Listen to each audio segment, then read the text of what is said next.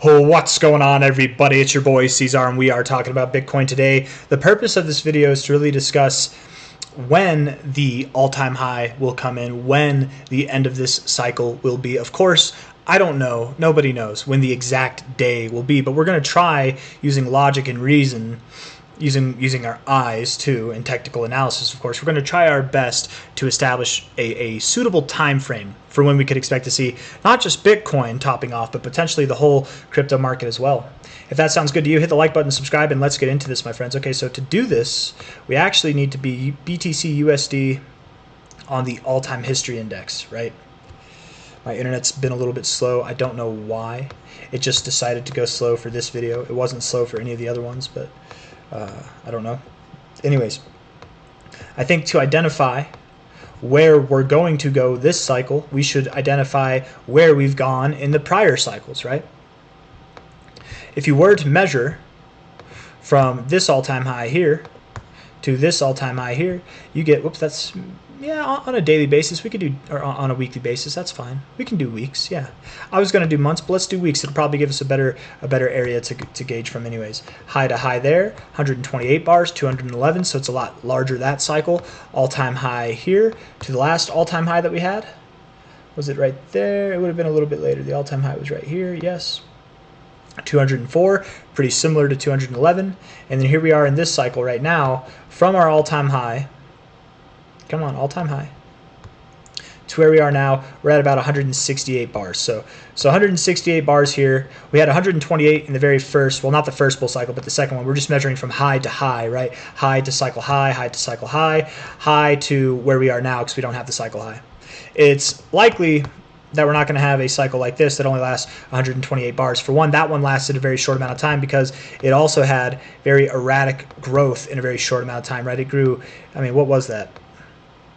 Pretty sure that's like a 5,700x is what that is in a in like a 3-year period. That's crazy, or technically less than a 3-year period, but still very crazy growth. So that's probably why it was shorter lived of a bull cycle, right? Still crazy growth this cycle, still crazy growth this cycle as well, even though last cycle was lackluster, and you get this more kind of elongated high to high time frame.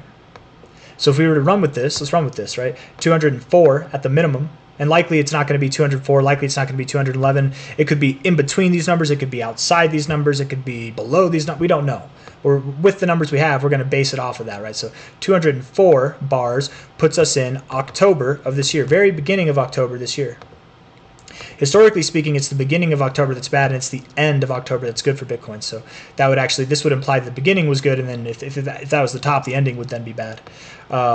Which might make sense because a lot of people know that, right? That the beginnings tend to be bad and the endings tend to be good in October. So people might remember that, and because of that, contrarianism might suggest that we do the opposite of what people would think we do. And then this one here, at 211 weeks, that puts us in the end of November. So sometime, likely, based off of this, we would see our all-time high for Bitcoin come in beginning of October to the end of November, somewhere in that kind of time frame.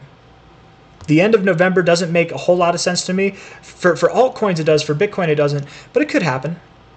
We've never seen a cycle top year after year, cycle after cycle in the same area, right? This one topped in June, the next one topped in December, the next one topped, I guess we did see this one top in December. I lied.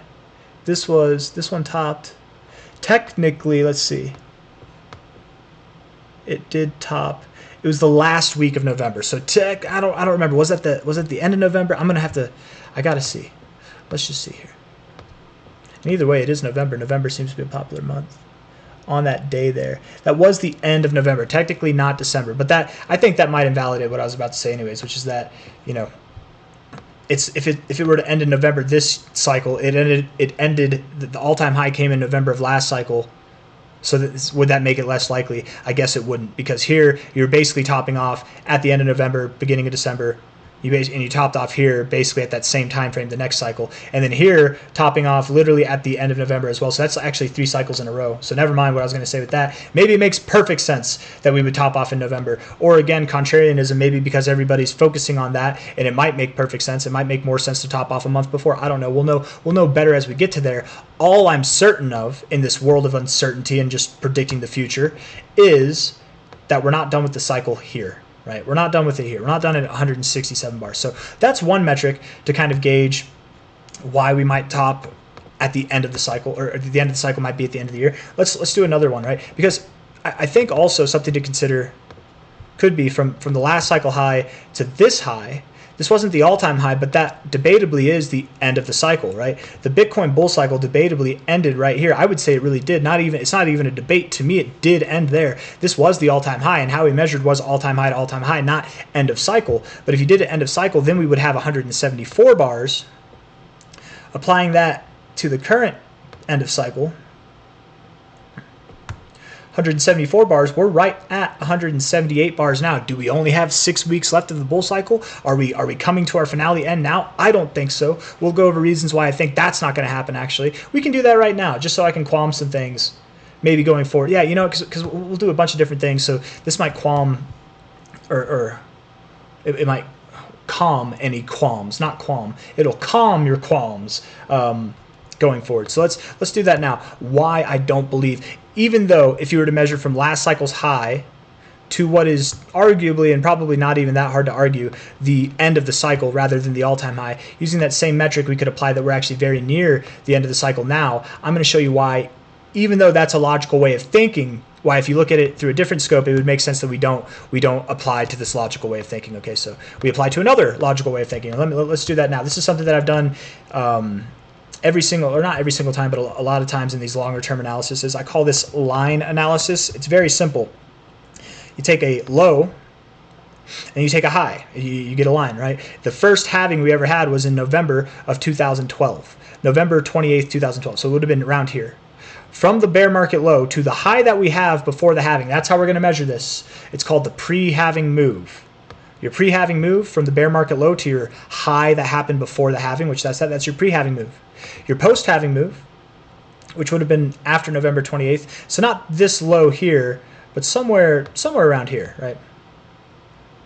To the end of the cycle, right? So that's your end of cycle. And you can see side by side, post-halving move right here versus your pre-halving move. Pre-halving move, post-halving move, okay?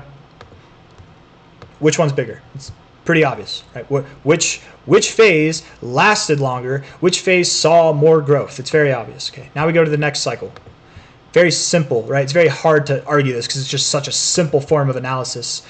Bear cycle, not even the bear cycle low, because that would be the bear cycle low. This is the crab market, but the beginning of the bull cycle. How big was your pre-halving move? Because this is your overall bull cycle, low to high. But your halving this time happened in July 2016, which would have been here. That makes this high your pre-halving high. So that is your pre-halving move right there. And yes, I don't even need to draw the line. You can see it with your naked eye, but we're going to do the line anyways. That's your low after the halving. That's your all-time high, cycle ending high there. So that's your post-halving move. Yes, the pre-halving move, again, was not just smaller than the post-halving move again, but also at a lesser slope. The slope, the incline, the degree of which the post-halving move is pointed to the sky, it's at a higher degree than the pre-halving move. Does that make sense? You can see it with your eyes. I don't need to talk so much. I'm sorry. Okay, I'm sorry. I'm not sorry. Let's do this. Okay, so from the low here, low there to the high that was before our halving. I don't know about you guys, but this high right here was the highest high after we started our bull market before we got to the halving, which was in May 11th, 2020. So that's undoubtedly our pre-halving move, right? This wasn't our pre-halving move. Right? I mean, yes, we did all that before the halving, but this is our pre-halving move up. That's that. And again, we're not measuring from the low. This was before the halving. The halving was May 11th, so we'll just take the low from that week there. And we'll go to, should we do the end of cycle or should we do cycle high? You know, for this, I want to do end of cycle, because I feel like that's what we're trying to encapsulate, right? We're trying to encapsulate the post-halving move. And I wouldn't say, right, I wouldn't say that this from a low to this high was the pre-halving move. I wouldn't say that. This was your pre-halving move. So by that same logic, I wouldn't say that was your post-halving move. This was your post-halving move. But even then still, you can see a larger post-halving move than a pre-halving move. And what's interesting about this cycle, what's interesting about last cycle versus any other cycle, is this is the first time that our pre-halving move had a higher slope, a greater slope, than our post-halving move. This could be an indication, potentially, you guys, on how we identify if this cycle is going to be as magnificent as we think it's going to be, or if we're going to have a repeat of last cycle. If we top off and our slope is lesser than that of the pre-halving move we had, that could be an indication. I'm not saying it is. I'm just saying that's the one difference of all these single times of all these, right? Pre-halving move, post-halving move. The post-halving move had the higher incline. This was the only one that didn't. This is the only cycle that had a double top and didn't have a blow off top, right? So maybe it's a coincidence. Maybe it's trying to tell us something. I don't know, but we can use that going forward, right? Even though we don't know, we can apply it potentially to know. We'll see.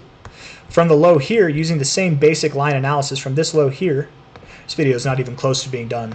If you're bored, you better leave, because buckle up, man. We got more to talk about. Hit that like button and subscribe on that note, right? So here we are. Here's our pre-halving move, bear cycle low. High before the halving. The halving was in April. It was over here, April 20th, right? So this is the high before the halving. That's your pre-halving move.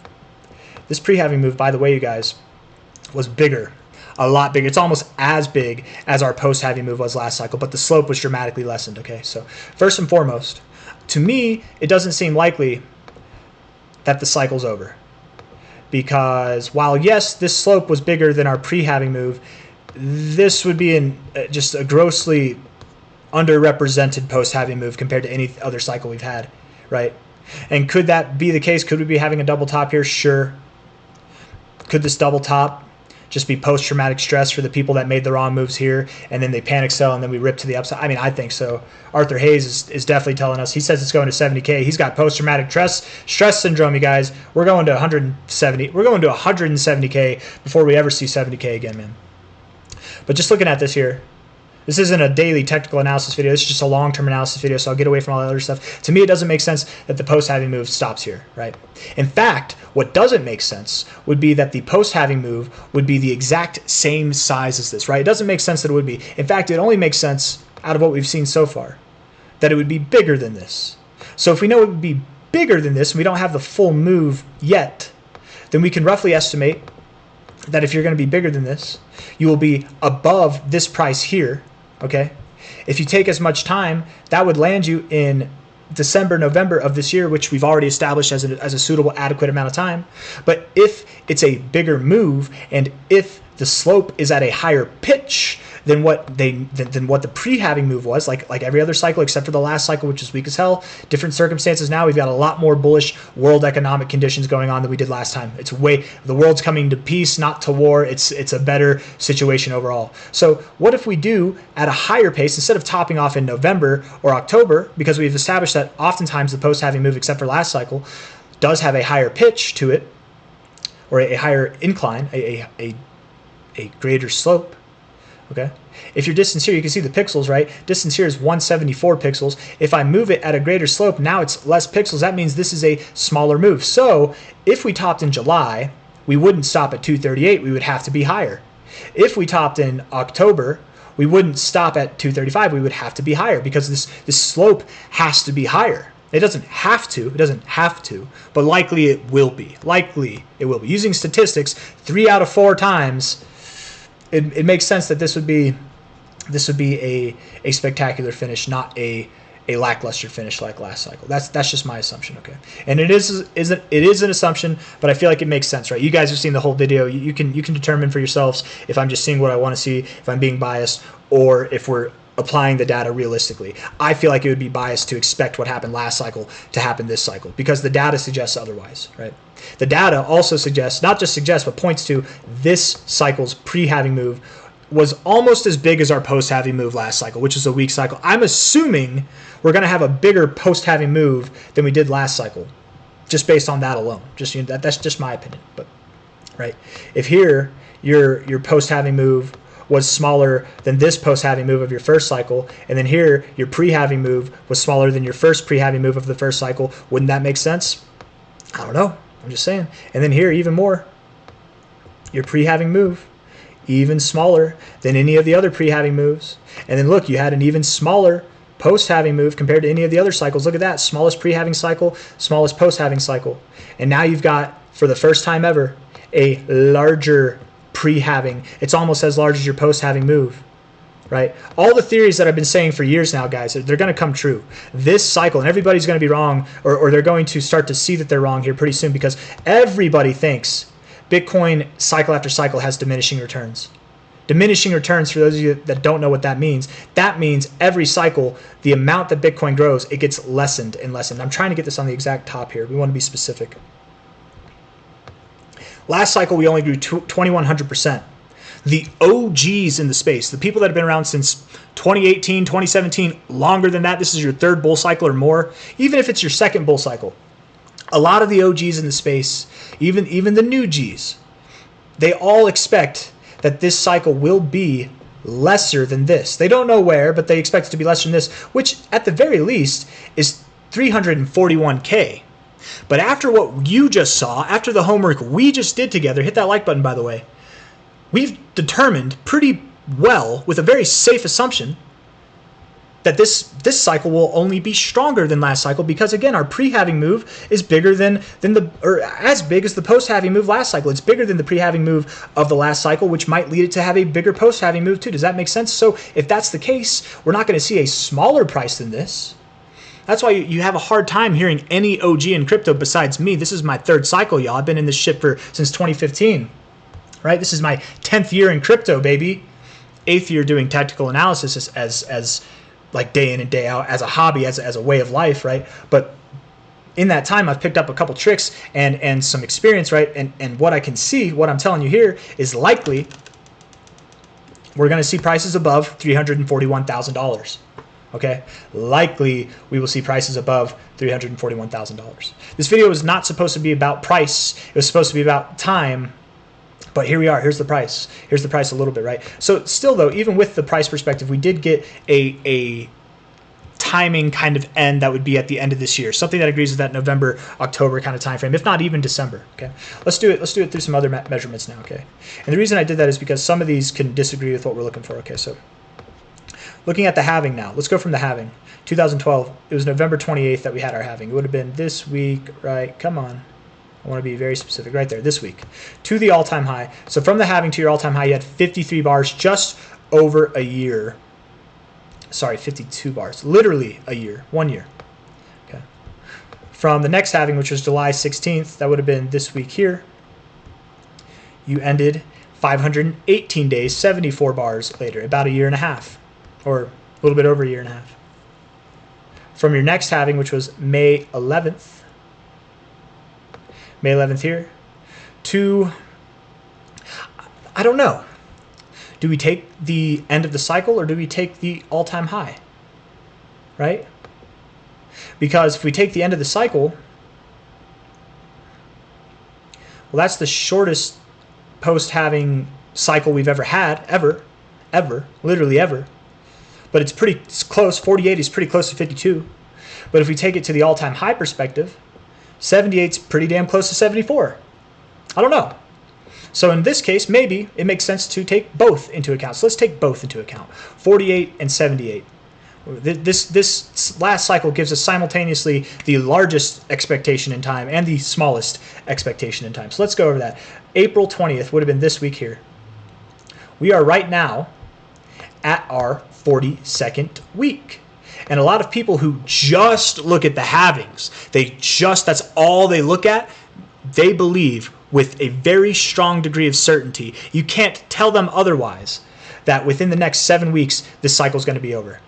That by the end of March, this cycle is going to be over. You can't tell them otherwise because they think they have this grand secret with the halving cycles, that they measured this out. It's going to be like this. But they don't look at all the data, do they? They just see what they want to see. They don't look, oh, but what about the all-time high that went here? Oh, what about last cycle that went here?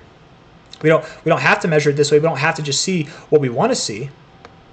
You know, there's other ways to do it. And then beyond everything else that we're doing right now, all the things that we just did with the line analysis would very much disagree with any kind of cycle. We would have to erupt so hard for that to make sense, right? We'd have to go up really, really high to have a bigger post-halving move than the pre-halving move in that amount of time. It's just not going to happen. So sure, we've done this before. Sure, we could top off at the end of March. Sure, it's possible.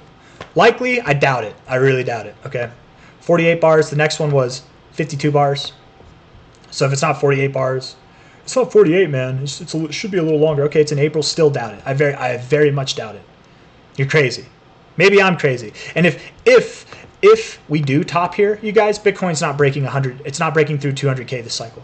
It's going to be a very lackluster cycle. Everything, all of our expectations, everybody's getting screwed, right? Except for, well, I don't know, actually. There's a lot of people who are kind of anticipating a shorter cycle. So maybe, I don't know. We'll see. Maybe not everybody would be screwed. But a lot of people, I would be screwed. That's for damn sure. I wouldn't be totally screwed. I'd still make profits, but I wouldn't be able to sell at the all-time highs of the cycle. I wouldn't be getting the gains that I was expecting all this cycle, certainly. But to me, it doesn't make sense to be fearful of that BS whenever the statistics are more on the side of going to a longer cycle, which would be 74 to 78. That was my cat that just sneezed. It's my big cat that just sneezed. That was a big old sneeze. Which 74 weeks puts us in the 15th of September. 15th of September. Hey, we've got some time frames that agree with that on multiple scales, but beyond just this, 78. 78. Oh, that puts us in the middle of October. That same time frame coming around. Is it possible that if we were measuring it this way, from the pre-halving or the halving date week to the cycle high, if this is how we're doing it, right? If you notice, each cycle goes from 52, 74, 78. It's getting longer. Would it be possible then that this cycle might not be 78, but could it be 82 weeks and in November? Could it be less than 78? Could it be somewhere between 78 and 74? Sure. But if it's between 78 and 74, that puts us late September, early October. If it's after 78, that puts us in November, likely. So just another reference there. Here's one last thing I want to do, and then we'll wrap up the video. We didn't go over everything that I wanted to talk about. You know, we'll do two more things, okay? We'll talk about the RSI, and then we'll do a price thing to make sense out of prices that are above 300K, okay? I'll bring it back to what I did earlier in case people are wondering about, because I left it there, right? I was talking about the time, and I wanted to keep it time relevant, but some of you might have been like, wait, if it's going to go above 365K, if we just determined that at that part of the video, if you remember what I'm talking about, how high is it going to go? A lot of you have been watching, if you've been watching the channel for the past 2 years, you already know I fully expect the price to go to 500K by the end of the cycle or higher, but we're going to make sense out of that at the end of this video, so stay tuned for that. Hit the like button and subscribe if you haven't. Okay, another reason why I don't believe from a time perspective and from a price perspective that we're not anywhere near our all-time high, that we're not anywhere near the end of the cycle even, is that each cycle, okay, and maybe I should delete the line first. I do this every time. You had two peaks. You had two peaks. You had two peaks. You had one peak here, two peaks. You had two peaks. It's just it was a little bit lower, but you had two peaks there. You've got two peaks now, but kind of like you would have had two peaks here, right, at the moment, or you would have had two peaks here, except it kept growing. You know what I mean? So yeah, it's got two peaks now, but the reason why I don't think we're anywhere near the top is because if we take this line here, we're nowhere near the top. Is why I think we're nowhere near the top, right? Very clearly with our eyeballs, we can see last cycle when we bounced from this area, right? Each time we're going lower here. Each time we're going lower here as well. When we bounced from this area, we went to the overbought zone and rejected it. This cycle, we went to the overbought zone and lived in it, and then came back and bounced off the 60. This time we bounced below the 50. What does all that mean? I don't care. You're just telling me a story, C-Zar. Let me tell you what it all means. What it all means is we are more bullishly postured. We are more geared for some incredible movements this cycle than we were last cycle, okay? We haven't even hit the white line. Every single time that we hit the white line, we get a second attempt. We get a second attempt. And most of the time, those attempts come true. Only once did it not come true, and that was last cycle. That might be something else we can observe too, right? But here's that second attempt, and this time the second attempt did not come true, did not hit the line. But I put a line there at each of these secondary peaks for the bull cycle on a monthly basis. We look at the price chart now, okay? You'll notice this first line here, pinpoint, accurate, all-time high. This next all-time high for the next cycle, you guessed it, right there, boom, a line. Every single cycle. It's the second peak. Even last cycle, this second peak, it didn't touch the line, but it was the second peak on the monthly RSI after touching the line. That's where we topped off. It's not where the cycle ended. For the first time ever, we had our cycle end at the first peak, but the all-time high still, like every cycle, it came in at the second peak, okay? Here we are. Not even, we're peakless here, man. We haven't even peaked yet. We're without a peak. At the given trajectory, how fast do you think it's going to be that we get there? Do you think by the end of February? Do you think next month we're going to be all the way up there in February? We're going to do that all the way up? Maybe. We could. It's possible. If Bitcoin breaks above like 200K or something, sure, maybe. If not, maybe it's March, maybe it's April, maybe it's May that we hit this line. And you notice that there's two peaks. We go from the first peak here to the second peak. That was 4 months in distance, in time, right? This peak to that peak, that was 7 months, and it alternates. It goes 4, 7, you guessed it, 4, and then you guessed it, peak here to the peak here, 7, 7. 4, 7, 4, 7, 4, 7. We haven't even touched the line yet. When are we going to touch it? Well, probably not February. Probably not, unless we see prices above 200K by the end of February for closing. We're probably not going to touch this line in February. If we keep moving up in March, we might touch the line if we close the month of March green. But if we pull back, then that would leave it toward April or May.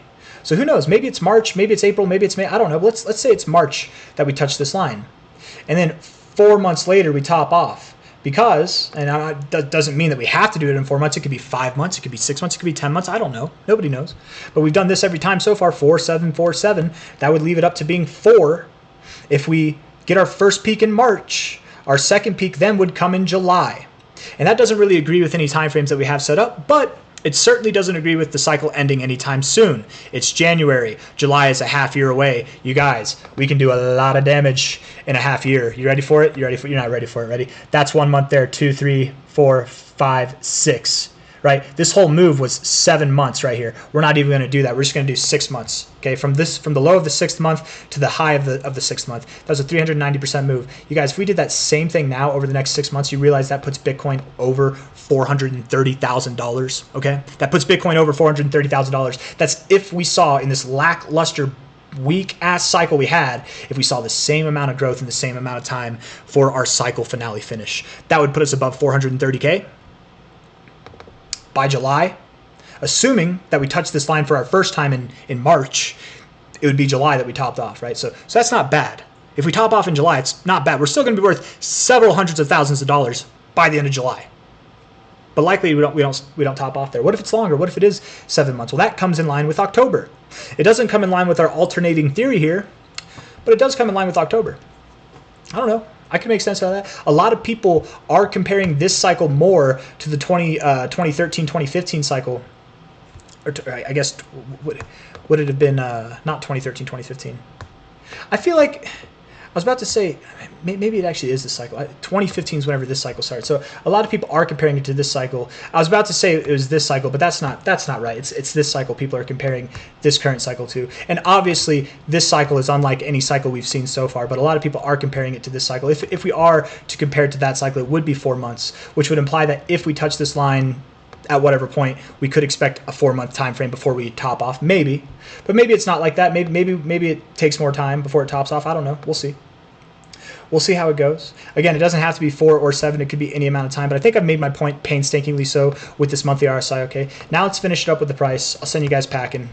I'll go to sleep. I'll eat some food. I'll go get some steak and eggs. Steak and eggs and eggs and steak. I'm sorry to the vegans and the vegetarians. I was vegan for 6 years, man. I'm not now though. And I don't hate vegans. I love vegans. I think vegans are really good people. People hate vegans, by the way. I'm getting on a whole different note. I'll probably lose a lot of you here because I know a lot of people hate vegans. But I was never really a preachy vegan to begin with, right? I was actually, I was a vegan who did not like vegans because I know how vegans are, right? How do you know someone's a vegan? Give it a minute. They'll tell you, right? I get it. But vegans are genuinely, most of the time, people who deeply care about other living creatures. That's it. That's all. They're not these people who are trying to be Nazis in your face. They're not trying to act like they're better than you, though that happens a lot of the time. They think that they're better than you. Or they act like they're better than you. They try to portray it as if there's some kind of higher being. I was never like that, right? I think that shit's obnoxious. But I'm just saying, even people that act like that, they're wrong in that sense. But they deeply care about animals and they deeply care about living creatures, right? And they're just wrong about understanding. And maybe they're not wrong. It's not for me to say. That's where it's more of like a ideological issue, right? Is it wrong? Is it right to eat animals? You know, I don't know. I'm on a whole different tangent here, but it's not that they're wrong in thinking that it's wrong to eat animals. They're not wrong in thinking that. It's just not. It's not necessarily coherent with the reality with the natural cycle of things. And no, we're not lions, but we're humans. We hunt. We kill things. We eat things. It's good for us. I don't know. I'm on a whole different tangent, but man, whenever I eat nothing but meat as a vegan for 6 years, as somebody who was vegetarian and did not eat meat for 10 years, I feel really good. I really do feel really good. And I think that there are ways you can be vegan and be as healthy as you could ever possibly be, healthier than you could have ever been if you ate meat. And I think there are ways that you can eat meat and you could be healthier than you ever could have been if you were vegan and you did it right. You know, like and it depends on your genetics. It depends on how you do it. It depends on where you source your food.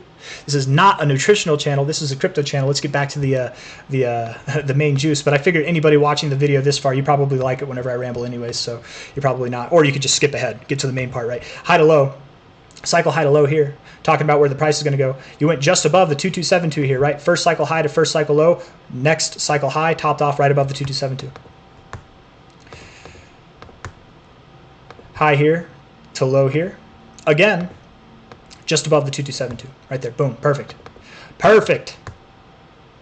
High to low here. This cycle, we did not hit the 2272. We stopped at the 1618. But again, last cycle, we've already given reasons why we expect this cycle to be stronger than last cycle, right? We've already given several reasons why in painstakingly in-depth analysis as to why this cycle will likely provide higher targets than this, right? And this is where where I left you, right? 346,000. High to low here. Well, this number, which we've already established we likely will outgrow, okay? And if you don't get why, just watch the video. You missed a part because it should be very obvious why the expectation is to outgrow last cycle from a low to a high. This will be the first cycle. Mark my words, I've been saying it for years. Everybody's calling for a degrading trend in growth, right? As time goes on, I'm calling for the first cycle where we see a progressive trend in growth from cycle to cycle, okay? Because it makes sense. But what doesn't make sense is if we're going to see something higher than this, that we would stop at the 1618 like we did last cycle. No. So if we're not going to stop at the 1618 like we did last cycle, high to low here, where are we going to stop? Well, the other two cycles, we only stopped at one place, and it was just above the 2272. It was just above it.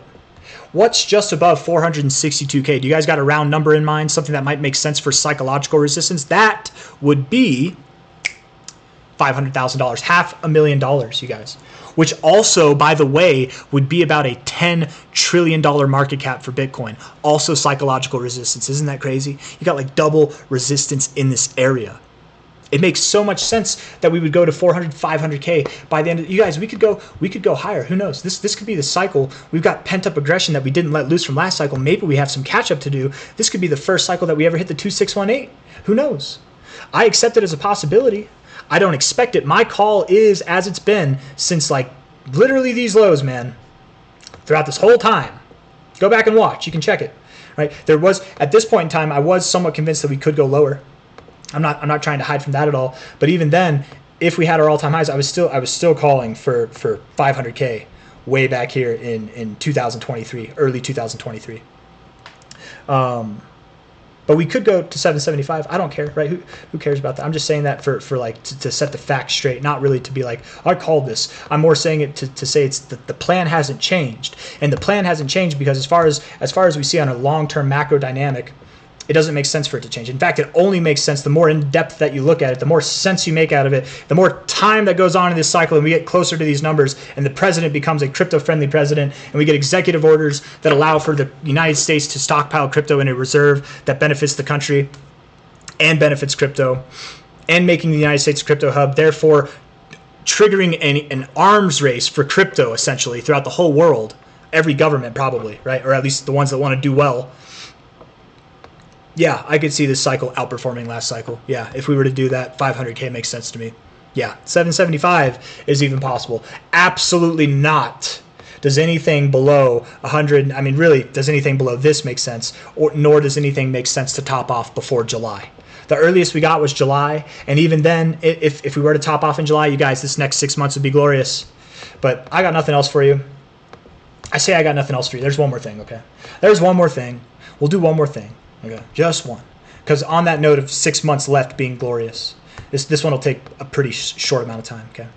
I want to measure from the high and go backwards this time, 12 months. Just a year. I want to see what you did in the last year, right? 12 months. Well, in that 12 months, it looks like you had 2 red months. And actually, this red month here is red, but if you look at the percentage, it says plus 3%. So it's actually a green month, but it was neutral. So really, you only had 1 red month here and then one red month there. In other words, in your last 12 months, you had 10 green months, maybe one neutral month, whatever, 2 red months, whatever, two neutral months, 1 red month, however you want to look at it. But 10 green months, 2 red months, very literally speaking. 10 green months, 2 red months in your first cycle. We take this from the cycle end of this next cycle. We go back 12 months. We do it again, 12 months, a whole year, the last year of your cycle. You will see it starts here, right here, right there, on that one there. All green, except for these 2 months in a row. So again, 10 green months out of the last 12, 2 red months out of the last 12. Both times. Cycle high here. These guys, the people that are in charge of pumping Bitcoin, they're not creative, are they? Here, we get a neutral month, close 0.17% to the downside. You want to call it a red month, we can, but that's a pretty neutral month, I think, for Bitcoin. 2 red months, 1 neutral month, whatever. Now we don't have 10 green months. We have 9 green months. 9 green months. 3 were not green. Okay, it's not bad. We go to the last cycle, and I'm not going to take it from the cycle high. We're doing the cycle ending, right? This was your cycle ending finale. Don't believe me? You want to call this a cycle ending finale? Nothing that we did here matches a cycle ending finale. Absolutely not. Nothing on the RSI, nothing on the price action, nothing about it at all would signal that it's a cycle ending finale other than it was at an all-time high. The point is moot other than this. If it didn't have the all-time high, the point is completely moot. There's nothing, and even then, it's moot. This was your cycle end. So we're going to measure from there. From that high, 12 months before. This would have been 13 on the COVID low, so 12 months here. You guessed it, my friends. The last month was, we went up that last month, so it was green for a time, but it did close red, 1.7% to the downside. We had 1, 2, 3 red months, 9 green months, 3 red months, 2 cycles, 10 green months, 2 red months, 2 cycles. I don't know when the end of the cycle is going to be. We're assuming. But let's assume the end of the cycle started here. And we already have 1 red month underway. Oh, wait, 2 red months underway. That would mean that if it was only 12 months and we ended this cycle in August, that we've only got 1 more red month to go. And this whole aspect was on the premise of, could we top in July and see a 400K price or more by the end of July?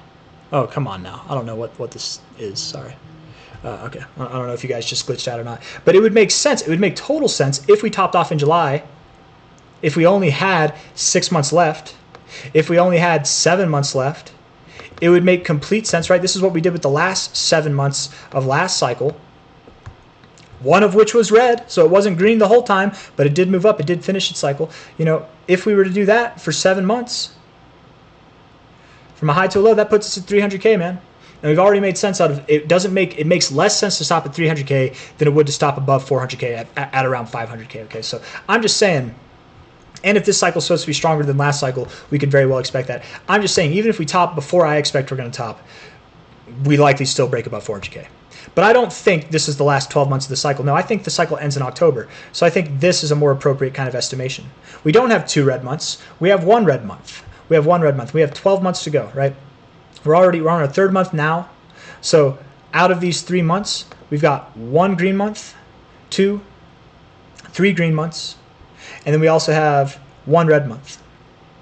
I guess that's 13 months, right? Because this is 3 months, but I just counted 4 candles. So I guess I'm measuring 12, but because we're also including the beginning one, I've actually been doing 13 months, not 12 months. Does that make sense to everybody?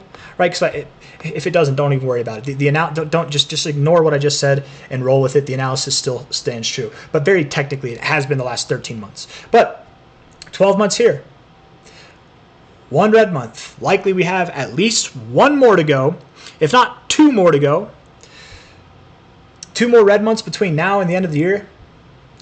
I don't think there's a whole lot. And by the way, if you guys noticed, the red months that we had on this last year of growth, each cycle, they weren't significant. They might have had significant drops, but by the time they closed, they were very neutral months. I don't think neutral closing red months, and it's January now, we have until October probably or later to go, at least July or August to go. I don't think anything's stopping us from breaking above 400K, guys. I got nothing else for you for real this time. Hit the like button, subscribe. I'll see you on the next one. Take it easy. Thank you all for being here. If you had fun, share this video with somebody who wants to understand cycle dynamics or wants to understand how or what a bull cycle is, right?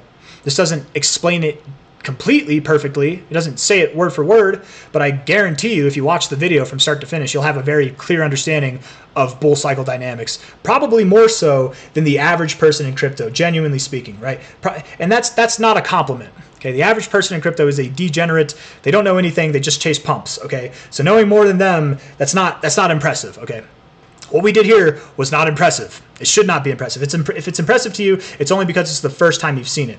This is basic stuff, and that's not to demean this. This was hard work. We put our hard work in here. We did a lot to understand all of this. It doesn't demean it, but it's basic stuff. And what's crazy is now that you have an understanding of this very basic stuff, you still have a better, probably a much better understanding than 80% or more of the crypto market participants who think they know what a bull cycle is, right? I don't know everything. I can be wrong about things. I don't fully understand everything about a bull cycle. But we went through a few metrics here, and a lot of it suggests we go till the end of this year. We'll see. Time will tell. Bye-bye, guys. I'll see you on the next one. Take care.